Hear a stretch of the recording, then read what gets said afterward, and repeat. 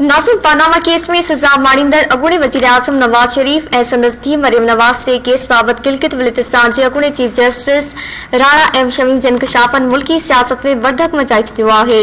राणा शमीम पंहिंजे तस्दीक थियल हल्फनामे में इंकशाफ कयो आहे त साकिब निसार हाई कोर्ट जे जज खे हुकुम ॾिनो हो त 2018 जे चूंडनि खां अॻु नवाज़ शरीफ ऐं मरियम नवाज़ जी ज़मानत न थियणु घुर्जे, जॾहिं त अॻूणे चीफ जस्टिस साकिब निसार पाण ते मढ़ियल मरणी बहताननि खे रद्द कयो आहे। गिलगित बल्तिस्तान जे अॻूणे chief justice Rana M Shamim पंहिंजे हल्फिया बयान में चयो आहे त हू उन वाक़े जो शाहिद हो जॾहिं उन वक़्त जे chief justice Saqib Nisar high court जे जज खे हुकुम न हो त 2018 जे आम चूंडनि खां अॻु नवाज़ शरीफ ऐं मरियम नवाज़ खे ज़मानत ते आज़ाद न कयो वञे। गिलगित बल्तिस्तान जे सीनियर जज पंहिंजे हलफनामे में पाकिस्तानी सीनियर जज जो हवालो ॾींदे लिखियो त मियां नवाज़ शरीफ ऐं मरियम नवाज़ खे आम चूंडूं थियण ताईं जेल में रहणु घुर्जे। जॾहिं ॿिए तरफ़ खां अतमिनान जोॻो जवाब मिलियो त साकिब निसार ख़ामोश थी वियो ऐं हिकु वधीक चांहि जो कोप घुरायो। दस्तावेज़ मूजिबि राणा शमीम ॼाणायल बयान 10 नवंबर 2021 ते ओथ कमिश्नर ॾाढो ॾिनो। नोटराइज़्ड हलफनामे ते अॻूणे चीफ जस्टिस गिलगित बल्तिस्तान जी सही ऐं संदसि सुञाणप कार्ड जी कापी बि लॻल आहे। अॻूणे चीफ जस्टिस राणा शमीम पंहिंजे हल्फिया बयान में वधीक चयो त 2 जुलाई 2018 में जॾहिं मां चीफ जस्टिस जे उहिदे ते कमु करे रहियो हुयुसि त उन वक़्त जे चीफ जस्टिस ऑफ पाकिस्तान मियां साकिब निसार पंहिंजे ख़ानदान जे 27 मेंबरनि सां गॾु मोकलनि ते गिलगित आयो ऐं अदालत जे गेस्ट हाउस में तरसियो। राणा मोहम्मद शमीम बयान में लिखियो त वाक़े वारी शाम मुंहिंजी ज़ाल चीफ जस्टिस साकिब निसार ऐं संदसि घरवारी बाग में चांहि पी रहिया हुआ त मूं ॾिठो त साकिब निसार परेशान हो ऐं लगातार पंहिंजे रजिस्ट्रार सां फोन ते ॻाल्हाए रहियो ऐं खेसि हिदायत करे रहियो हो त जस्टिस जी रिहाइशगाह ते वञो ऐं खेसि चओ त मूंखे फौरी तौर फोन करे। राणा शमीम लिखियो त साकिब निसार पंहिंजी रजिस्ट्रार खे चयो त जेकॾहिं फोन कॉल न लॻे त मुंहिंजे तरफ़ां पैगाम पहुचायोसि त नवाज़ शरीफ ऐं मरियम नवाज़ खे कंहिं बि क़ीमत ते आम चूंडनि खां अॻु ज़मानत ते आज़ादी न मिलणु घुर्जे। राणा मोहम्मद शमीम मूजिबि थोरी देरि खां पोइ जॾहिं साकिब निसार जी जस्टिस सां फोन ते ॻाल्हि थी त हुन खेसि चयो त नवाज़ शरीफ ऐं मरियम नवाज़ खे आम चूंडूं थियण ताईं जेल में रहणु घुर्जे। ॿिए तरफ़ खां खाती मिलण ते हू पुरसकून थी वियो ऐं ख़ुशी सां चांहि जो ॿियो को बि तलब कयो। राणा शमीम बयान में वधीक लिखियो त मां साकिब निसार खे चयो त हुन जस्टिस खे ईअं छो ऐं छा लाइ चयो त हुन खेसि वणियो त राणा साहब तव्हां न सम्झंदो, तव्हां हिन ॻाल्हि खे ईअं सम्झो ॼण तव्हां कुझु ॿुधो ई न आहे। राणा शमीम बयान में वधीक लिखियो त मूं साकिब निसार खे पंहिंजी ऐं संदसि ज़ाल जे साम्हूं चयो त नवाज़ शरीफ खे ग़लती सां फासायो वियो आहे, जंहिं ते साकिब निसार नाराज़ थी वियो ऐं हिकदमि पंहिंजो लहजो तब्दील कंदे चयाईं त राणा साहब पंजाब जी केमिस्ट्री गिलगित बल्तिस्तान खां मुख़्तलिफ़ आहे। ॿिए पासे अॻूणे chief justice Saqib Nisar justice Rana Shamim जे इंकशाफनि खे कूड़ो ऐं हथ टोकियो करार ॾींदे रदमल ॾिनो आहे त मूं बाबति रिपोर्ट थियल ख़बर हक़ीक़तनि जे उबतड़ आहे। हुन चयो त मां राणा शमीम जे कूड़ बाबति कहिड़ो जवाबु ॾियां।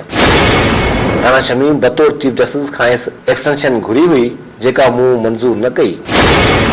साकिब निसार वधीक चयो त हिकु भेरो राणा शमीम एक्सटेंशन न ॾियण ते खेसि ॾोरापा बि ॾिना हुआ। हिकु कूड़ी ऐं हथ टोकी ॻाल्हि जो रदमल ॾियणु दानिशमंदी न आहे।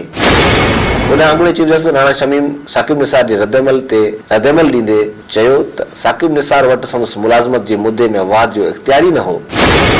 ख़ानगी टीवी सां ॻाल्हाईंदे राणा शमीम चयो त हू पंहिंजे बयान ते क़ाइमु आहे। मूंखे पंहिंजी मुलाज़मत में वाद घुरण जी का बि ज़रूरत महसूसु न थी, छाकाणि त कानून मूजिबि साकिब निसार वटि मूंखे वाद ॾियण जो को इख़्तियार ई न हो। नई गिलगित बल्तिस्तान ऐं आज़ाद कश्मीर जूं सुप्रीम कोर्टूं सुप्रीम कोर्ट ऑफ पाकिस्तान जे मातहत आहिनि। गिलगित बल्तिस्तान ऐं आज़ाद कश्मीर जी सुप्रीम कोर्ट जे चीफ जस्टिस जे मुद्दे में वाद करणु वज़ीर आज़म जो इख़्तियार आहे।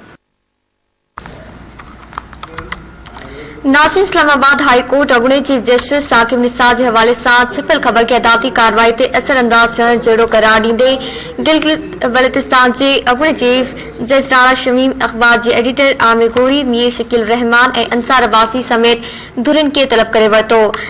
अदालती हुकुमनामे में चयो वियो आहे त अदालत खां ॿाहिरि कंहिं बि क़िस्म जो प्रायल अदालती कार्रवाई ते असरअंदाज थियण बराबरि ऐं हिकु ॾोह आहे।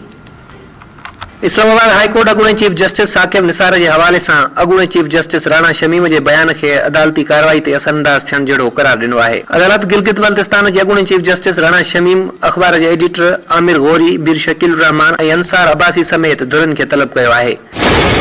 इस्लामाबाद हाईकोर्ट तरफां जारी कयल हुकुमनामे में चयो वियो आहे त रजिस्ट्रार ऑफिस अंग्रेजी अख़बार में छपियल ख़बर ॾांहुं ध्यानु छिकायो, जंहिंमें इहो चयो वियो त अॻूणे चीफ जस्टिस साकिब निसार 2018 जे चूंडुनि खां अॻु नवाज़ शरीफ ऐं मरियम नवाज़ खे ज़मानत न ॾियण जी हिदायत कई।